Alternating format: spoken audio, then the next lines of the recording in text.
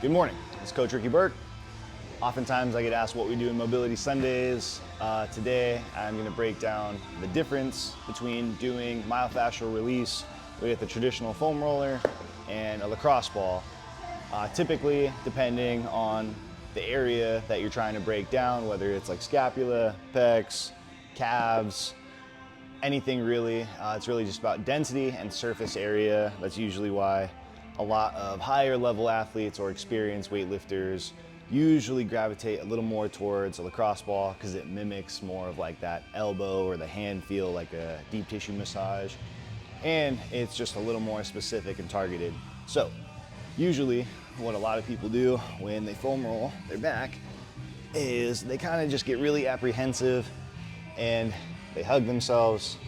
They kind of just stay in this position, which is totally fine. But what I like to do is, especially when you're on one of those tight tender spots, is press and hold. If you're using a roller especially, you can afford to kind of stay on the actual scapula. It's soft enough to where it's not going to necessarily hurt or cause any damage. Then from there, I usually like to bring my arm into all these different ranges of motion. I usually say I'm arms on the clock, and I try to hit every time in the hour.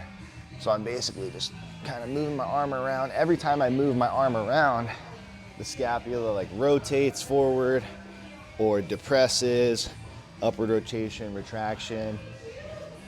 And what the foam roller does is, while you're going through all those different ranges of motion, while you're basically getting a self-massage, is in theory, it helps break down more tissue and pump more lactic acid out of sore muscles, help with recovery more, and the works. So that's good for the general population. Now, if you're a hardcore weightlifter, athlete, you're somebody who maybe works a lot, gets a lot of tight, dense knots, lacrosse ball is probably what you're gonna wanna use. I usually say avoid bone, stay on soft tissue as much as you can. Now, of course, if you hit bone, it's not the end of the world. Just obviously try to not aim for bone here. And then from the scapula, right, let's imagine this is like a wing. We want to go from almost like the top portion here all the way to like the middle of the back and hit every little nook and cranny that you can while you're going through that extension and flexion here. Now I've been doing this for probably 7 years now, before and after my shoulder reconstruction surgery. And man, this has helped so much with mobility, soreness, tension in the neck and traps. That's more of the upper posterior chain, right, pertaining to the shoulder blades, but you can also pin this against the rig, get up in your traps. I'll save that for another video. Since I'm already here, I'll show you how to use it for your pecs and your chest. So kind of similar. If the lacrosse ball is just too much, I usually tell people to use the corner of the foam roller, right here. Not like any of this stuff, just right there. Just for surface area's sake, it just gets a little deeper and it's not as hard as a lacrosse ball. And then from here, it's kind of a similar concept. Just left, right. If you can go internal, external, cool, you're just hit more angles of all this different dense tissue that tends to be in the pecs and shoulders. I usually, if you can, add a little scorpion. That way it just adds a little more pressure while we kind of roll and massage out some of that tissue of the pecs and chest. A lot of times that doesn't really do the trick, and that's usually what the lacrosse ball is for. So I usually try to avoid where the actual joint insertion is itself. And I usually try to stay right on the actual pec and anterior delt. Try to not stay like right on the joint.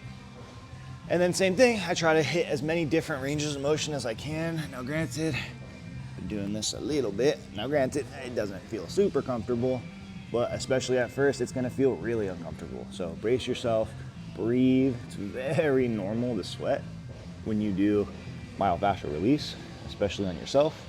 It's a little deeper. You're not as nice as those massage therapists at the Grotto or Happy Head or wherever else you guys go. But boom, boom, all these different ranges of motions, more for the shoulder. And I pretty much do the same thing when it's on the pec. If I want to hit a little scorpion to add a little flare and extra pressure, that's always an option too. Now, usually that's the Cliff Notes version. I'd be a little more thorough as far as the exact placement, but you guys get the gist of at least the difference and why you would use these different myofascial release tools.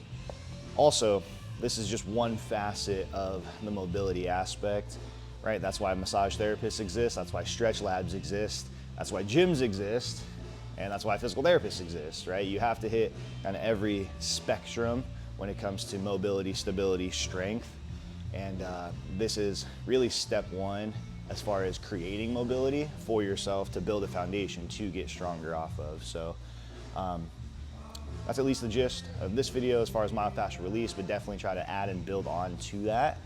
And that's at least a little bit of what we cover in Mobility Sundays at North County Fitness. So if you have any questions, comments, concerns, hit up the gym, hit me up, slide a DM, and let's get mobile.